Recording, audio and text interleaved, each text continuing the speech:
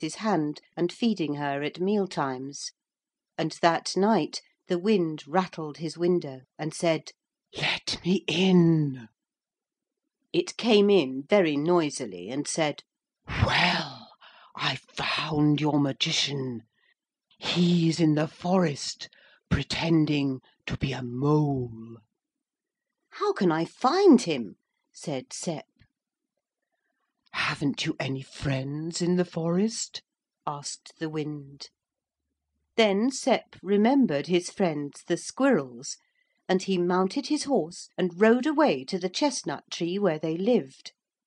They were charmed to see him grown so tall and strong and handsome, and when he had told them his story they said at once, "Oh yes, delighted to be of any service to you."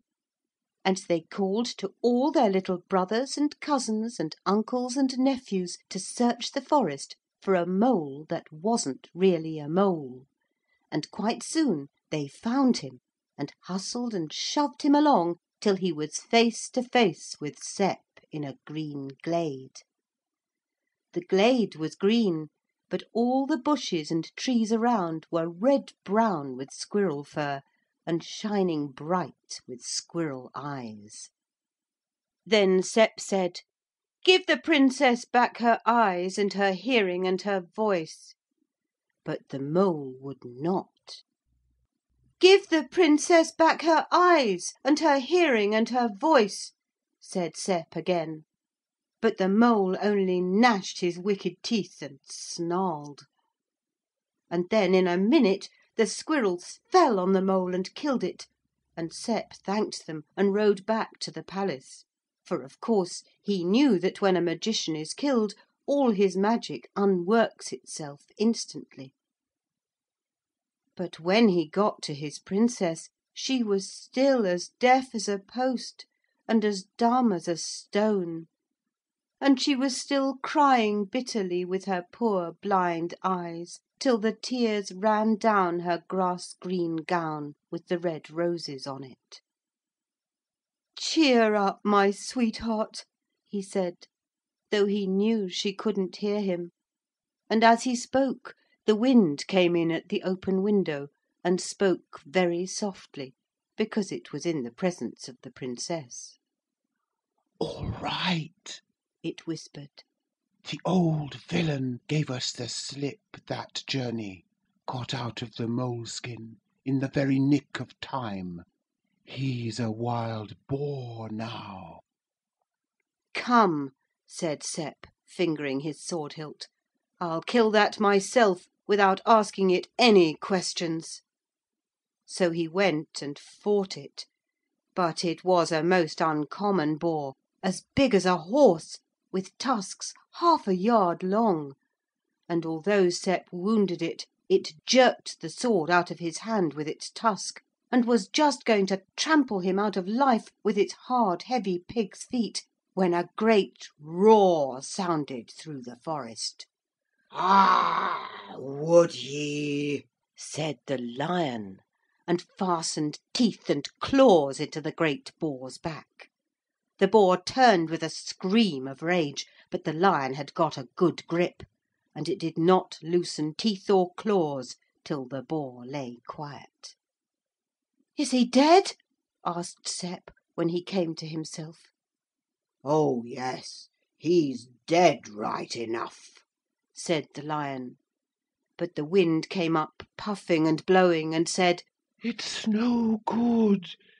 He's got away again, and now he's a fish. I was just a minute too late to see what fish. An old oyster told me about it, only he hadn't the wit to notice what particular fish the scoundrel changed into." So then Sep went back to the palace, and he said to the king, "Let me marry the dear Princess, and we'll go out and seek our fortune. I've got to kill that magician, and I'll do it too, or my name's not Septimus Septimusson. But it may take years and years, and I can't be away from the Princess all that time, because she won't eat unless I feed her. You see the difficulty, sire.' The King saw it, and that very day Sep was married to the Princess in her green gown with the red roses on it, and they set out together. The wind went with them, and the wind, or something else, seemed to say to Sep, 'Go home, take your wife home to your mother.' So he did. He crossed the land, and he crossed the sea, and he went up the red brick path to his father's cottage, and he peeped in at the door and said, 'Father, mother, here's my wife.' They were so pleased to see him, for they had thought him dead, that they didn't notice the Princess at first. And when they did notice her they wondered at her beautiful face and her beautiful gown. But it wasn't till they had all settled down to supper, boiled rabbit it was, and they noticed Sep feeding his wife as one feeds a baby, that they saw that she was blind. And then all the story had to be told. 'Well, well,' said the fisherman, 'you and your wife bide here with us. I daresay I'll catch that old sinner in my nets one of these fine days.' But he never did.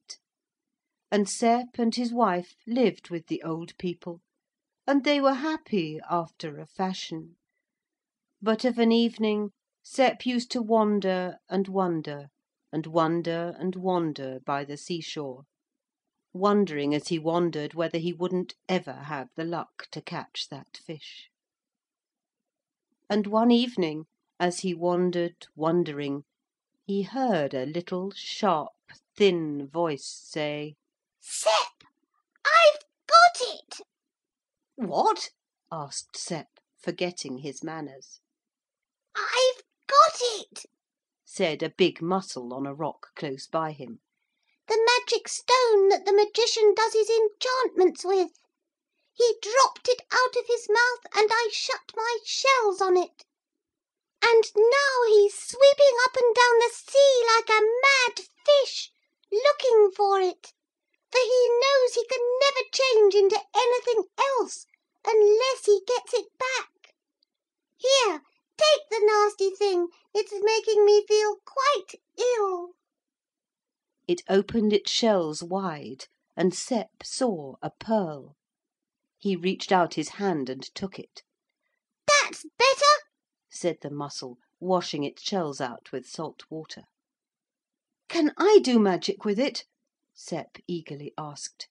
'No,' said the mussel sadly. 'it's of no use to any one but the owner. Now, if I were you, I'd get into a boat, and if your friend the wind will help us, I believe we really can do the trick.' 'I'm at your service, of course,' said the wind, getting up instantly. The mussel whispered to the wind, who rushed off at once, and Sep launched his boat. 'Now,' said the mussel, 'you get into the very middle of the sea, or as near as you can guess it. The wind will warn all the other fishes.' As he spoke he disappeared in the dark waters. Sep got the boat into the middle of the sea, as near as he could guess it, and waited. After a long time he saw something swirling about in a sort of whirlpool about 100 yards from his boat, but when he tried to move the boat towards it, her bows ran on to something hard. 'Keep still! Keep still! Keep still!' cried thousands and thousands of sharp, thin little voices. 'You'll kill us if you move.' Then he looked over the boat side and saw that the hard something was nothing but thousands and thousands of mussels, all jammed close together. And through the clear water more and more were coming and piling themselves together. Almost at once his boat was slowly lifted, the top of the mussel heap showed through the water, and there he was, high and dry on a mussel reef. and in all that part of the sea